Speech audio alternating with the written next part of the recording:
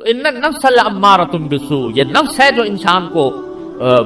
برائیوں کی کا حکم دیتا ہے. لیکن جب اللہ تعالیٰ کے فضل و کرم سے، کسی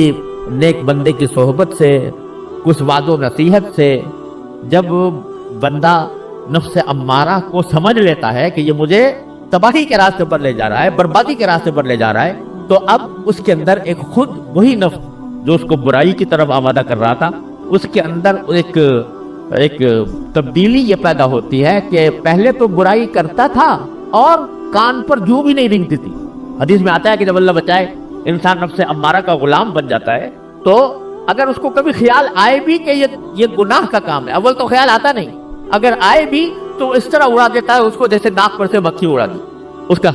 دل میں اس کی کوئی وقت ہی نہیں رکھتا اگر گناہ کا خیال آئے بھی کہ یہ کام گناہ ہے جو میں کر رہا ہوں. لیکن جب اللہ والوں کی صحبت سے، جب واعظ و نصیحت سے، قرآن و سنت کی تعلیمات سے قریب ہو کر جب بندہ آگے بڑھتا ہے، تو اس وقت پہلی تبدیلی تو یہ پیدا ہوتی ہے کہ گناہ کو گناہ سمجھتا ہے اور اس کی وجہ سے شرمندہ بھی ہوتا ہے اور اپنے آپ کو ملامت بھی کرتا ہے کہ ہائے مجھ سے یہ غلطی ہو گئی، ہائے مجھ سے یہ گناہ ہو گیا، کاش کہ میں یہ نہ کرتا. تو یہ مرحلہ ہے کہ جس کو قرآن کریم میں تعبیر کیا ہے نفس لوامہ. لا اقسم بیوم القیامت ولا اقسم بالنفس اللوامہ. یہ نفس لوامہ ہو جائے. لوامہ کے معنی کیا ہے؟ ملامت کرنے والا. وہی نفس جو پہلے کہہ رہا تھا گناہ کرو، وہ گناہ کرنے کے باوجود دل میں ملامت پیدا کرتا ہے کہ ہائے مجھ سے یہ ہو گیا، ندامت پیدا ہوتی ہے. تو اس کا نتیجہ کیا ہوتا ہے کہ آدمی پھر استغفار کی طرف مائل ہوتا ہے کہ ہائے مجھ سے ہو تو گیا، لیکن اے اللہ مجھ سے غلطی ہو گئی، میں گنہگار ہوں، میں اقراری مجرم بن کر آپ کے سامنے حاضر ہوں، اے اللہ اپنے رحمت سے مجھے معاف کر دے کہ مجھ سے یہ گناہ ہو گیا، آئندہ کے لیے توبہ کرتا ہوں، آئندہ نہیں کروں گا. تو نفس لوامہ جو ہے وہ انسان کو نفس امارہ کی گرفت سے رفتہ رفتہ چھڑاتا ہے. کس طرح چھڑاتا ہے کہ وہ آدمی جو ہے اس کے دل میں اب ندامتیں پیدا ہو رہی ہیں، پشیمان ہو رہا ہے اور آہیں بھر رہا ہے، اللہ کے سامنے بیٹھتا ہے تو رو رو کر اس سے مانگتا ہے کہ اللہ مجھ سے غلطی ہو گئی مجھے معاف کر دے، یا اللہ مجھ سے غلطی ہو گئی مجھ سے معاف کر دے. استغفار کرتا ہے. استغفار کرنے والا سمجھ لو کہ الحمدللہ نفس امارہ کی سلطنت سے نکل آیا. اب وہ اس کے دل میں ملامتیں پیدا ہونی شروع ہو گئی ہیں، اب اس کے دل میں ندامتیں پیدا ہونی شروع ہو گئی ہیں، اور جتنا ندامت کرتا جائے گا اتنا ہی اللہ تبارک و تعالیٰ کے قریب ہوتا جائے گا. جتنا استغفار کرتا جائے گا اتنا ہی اللہ تعالیٰ کے قریب ہوتا جائے گا. استغفار اور توبہ ایسی چیز ہے جو بڑے سے بڑے گناہ کو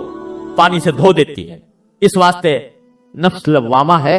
تو یہ بہت غنیمت بات ہے. اگر گناہ کو گناہ سمجھ رہا ہے، اس پر نادم ہے، شرمسار ہے، اللہ کے سامنے استغفار کرتا ہے، تو الحمدللہ سمجھو انشاءاللہ قدم بڑھ رہے ہیں، آگے کی طرف بڑھ رہے ہیں. یہ نفس لوامہ ہو چکا ہے. اللہ بتائے بری بلا یہ ہے کہ چوری اور سینہ زوری، کہ آدمی گناہ کرے اور اس گناہ کو صحیح سمجھے. کوئی دوسرا اگر ٹوکے بھی تو کہے گی تم دقیانوسی باتیں کر رہے ہو، تم پرانی باتیں کر رہے ہو، اب تو زمانہ بدل گیا، اب کے حالات بدل گئے، اب وہ تم ہمیں 1400 سال پہلے کے زمانے کی طرف لے جانا چاہتے ہو. بحثیں کرتا ہے. یہ ہے نفس امارہ. لیکن کوئی کہتا ہے بھئی ہاں واقعتاً کوئی کسی نے گناہ کی طرف توجہ دلائی، بھئی واقعتاً ہے تو وہی میں مبتلا ہو گیا اس گناہ کے اندر، لیکن اقرار کرتا ہوں کہ یہ گناہ ہے، ندامت کا اظہار کرتا ہوں کہ یہ گناہ ہے، اللہ سے مانگتا ہوں کہ اللہ مجھے میری مغفرت فرما دے. تو اب یہ نفس لوامہ بن گیا. نفس لوامہ جو ہے پہلے تو ملامت پیدا کرتا ہے، گناہ تو ہوا مگر ساتھ ہی دل میں ملامت بھی ہوئی. پہلے تو ملامت پیدا کرتا ہے. یہ ملامت انسان کو مجاہدے پر آمادہ کرتی ہے بعد میں. نفس لوامہ صحیح معنی میں وہ ہے کہ جو انسان کو پھر آمادہ کرتی ہے اس بات پر کہ آئندہ نہ کروں، اور وہ اس کے لیے مشقت مجاہدہ کرتا ہے. مشقت دل تو چاہ رہا ہے لیکن آدمی اپنے آپ سے کہتا ہے کہ دیکھو کتنی مرتبہ مجھ سے یہ غلطی ہوئی ہے اور میرے دل نے مجھے ملامت بھی کی ہے، میں نادم بھی ہوا ہوں، میں نے استغفار بھی کیا ہے، لیکن پھر بھی میں جا رہا ہوں. آخر کوئی حد تو ہوگی اس کی، آخر کوئی انتہا تو ہوگی. اس وقت وہ آدمی ڈٹتا ہے اور یہ مجاہدہ کرتا ہے کہ نفس میرا کچھ بھی کہے، مجھے کسی لذت پر بھی آمادہ کرے، لیکن میں اب اپنے اللہ کے سامنے جواب دے ہوں، میں مشقت اٹھا کر اس نفس امارہ کو شکست دوں گا اور مجاہدہ کر کے محنت کر کے میں آگے بڑھوں گا۔ تو جب یہ مرحلہ آ جاتا ہے تو جاہدو فی سبیلہ، اللہ کے راستے میں جہاد شروع ہو گیا، اللہ کے راستے میں مجاہدہ شروع ہو گیا، اور انسان جو ہے وہ اس پر ڈٹ گیا، کچھ ہو جائے مگر اللہ کے ساتھ اللہ کی نافرمانی نہیں کروں گا، یہ دل میں اس کے داعیہ پیدا ہوتا ہے۔ تو نفس لوامہ اس کو لے جاتا ہے گناہوں سے بچنے کی طرف، مجاہدے کی طرف، کہ مجاہدہ کروں گا۔ جب یہ مجاہدہ چلتا رہتا ہے تو شروع میں ایسا ہوتا ہے کہ انسان کی اپنے نفس اور شیطان سے کشتی ہوتی ہے، مقابلہ ہوتا ہے، اور مقابلے اور کشتی میں کبھی اس نے ڈھا دیا، کبھی اس نے ڈھا دیا، کبھی یہ غالب آ گیا اور نفس امارہ کو شکست دے دی، نفس لوامہ بن گیا نا، تو اب کبھی نفس امارہ کو شکست دے دی، الحمدللہ اس پر اللہ کا شکر ادا کرتا ہے۔ کبھی کسی وقت موقع پاتا ہے تو وہ پھر دوبارہ ڈس جاتا ہے، دوبارہ آ کر نفس امارہ حملہ کر دیتا ہے اور یہ چت ہو جاتا ہے، لیکن چت ہونے کے باوجود اس پر سینہ زوری نہیں کرتا، دوبارہ اللہ تبارک و تعالیٰ کی بارگاہ میں حاضر ہوتا ہے، یا اللہ میں نے ارادہ تو کیا تھا، میں نے ایک مرتبہ اس کو شکست بھی دی تھی، میں نے اپنے آپ کو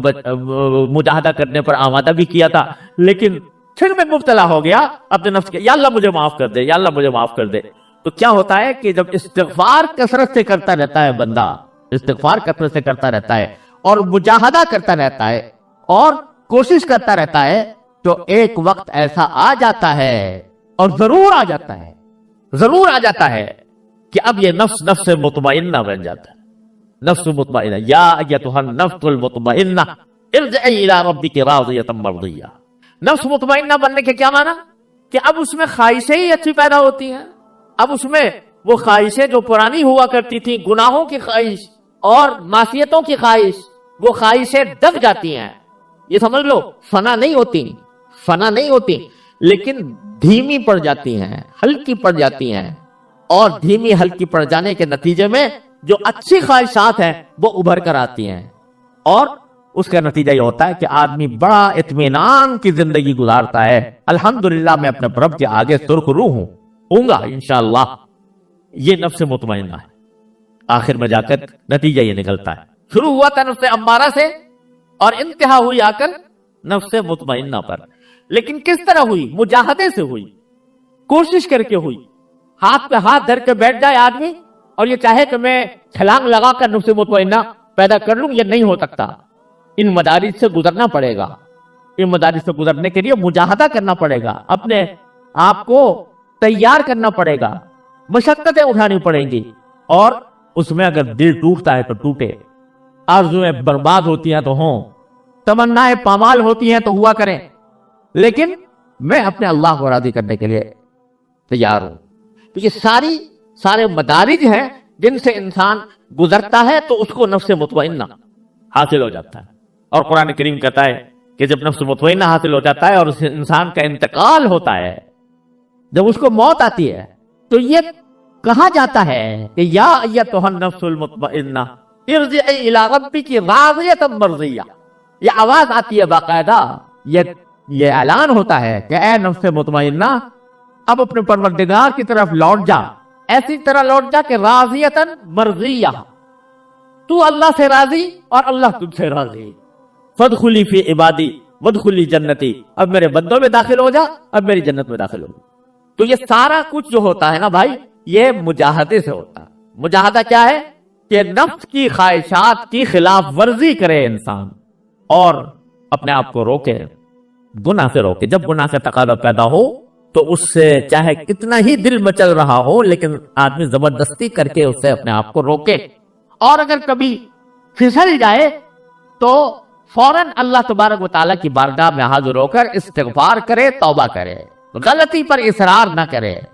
کتنا پیار سے اللہ تعالیٰ فرماتے ہیں والذین اذا فعلوا فاحشۃ او ظلموا انفسهم ذکروا اللہ فاستغفروا لذنوبهم ومن یغفر الذنوب الا اللہ ولم یصروا علی ما فعلوا وهم یعلمون۔ کیا پیار سے فرما رہے اللہ تعالیٰ کہ جن سے کوئی بے حیائی کا کام ہو گیا یا انہوں نے اپنی جانوں پر ظلم کر لیا، جانوں پر ظلم کرنے کے معنی کوئی گناہ کا ارتکاب کر لیا، تو کیا ہوگا؟ فَعَاشَةً أَوْ ظَلَمُوا أَنفُسَهُمْ ذَكَرُوا اللَّهَ، اس وقت بھی وہ اللہ کو ذکر کرتے، اللہ کو یاد کرتے ہیں، فَاسْتَغْفِرُوا لِذُنُوبِهِمْ، اپنے گناہوں کی معافی مانگتے ہیں۔ وَمَن يَغْفِرُ الذُّنُوبَ إِلَّا اللَّهُ، اللہ کے سوا کون ہے جو ان کے گناہوں کو معاف کرے؟ وَلَمْ يُصِرُّوا عَلَى مَا فَعَلُوا، اور جو کچھ گناہ کر بیٹھے تھے اس کے اوپر اصرار نہیں کرتے جان بوجھ کر، تو ان کو اللہ تعالیٰ نے تعریف کے پیرائے میں بیان فرمایا ایسے لوگوں کو کہ جن سے گناہ سرزد ہو اور وہ استغفار کی طرف متوجہ ہوں، توبہ کی طرف متوجہ ہوں، اور پھر اللہ تبارک و تعالیٰ کی بارگاہ میں حاضر ہو کر اپنی گناہوں کی معافی مانگے۔ جتنا جتنا اللہ کے سامنے بندہ نادم ہوگا، شرمسار ہوگا، اتنا ہی انشاءاللہ اس کو توفیق ہوگی، مجاہدے کی توفیق ہوگی، اور مجاہدے کی توفیق ہوگی تو انشاءاللہ نفس مطمئنہ کی طرف قدم بڑھتے جائیں گے۔ یہ جو ہے نا استغفار، اس کو معمولی بات نہ سمجھو، اور اپنے گناہوں پر حسرت اور ندامت اس کو معمولی بات نہ سمجھو، یہ جو ہے یہ انسان کو بالآخر انشاءاللہ نفس مطمئنہ تک پہنچائے گی، اور ضرور پہنچائے گی۔ ہمارے بزرگ تھے حضرت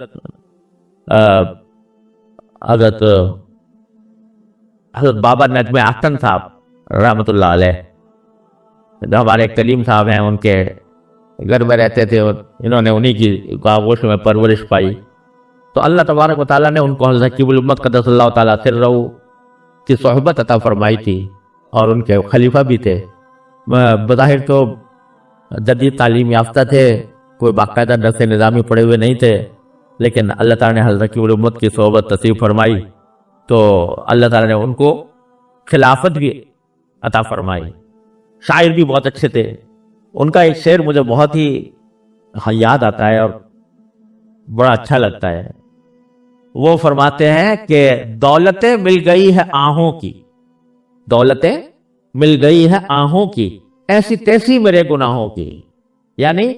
جب یہ آہوں کی دولت مل جائے کہ آدمی اللہ کے سامنے آہیں بھرے، یا اللہ میں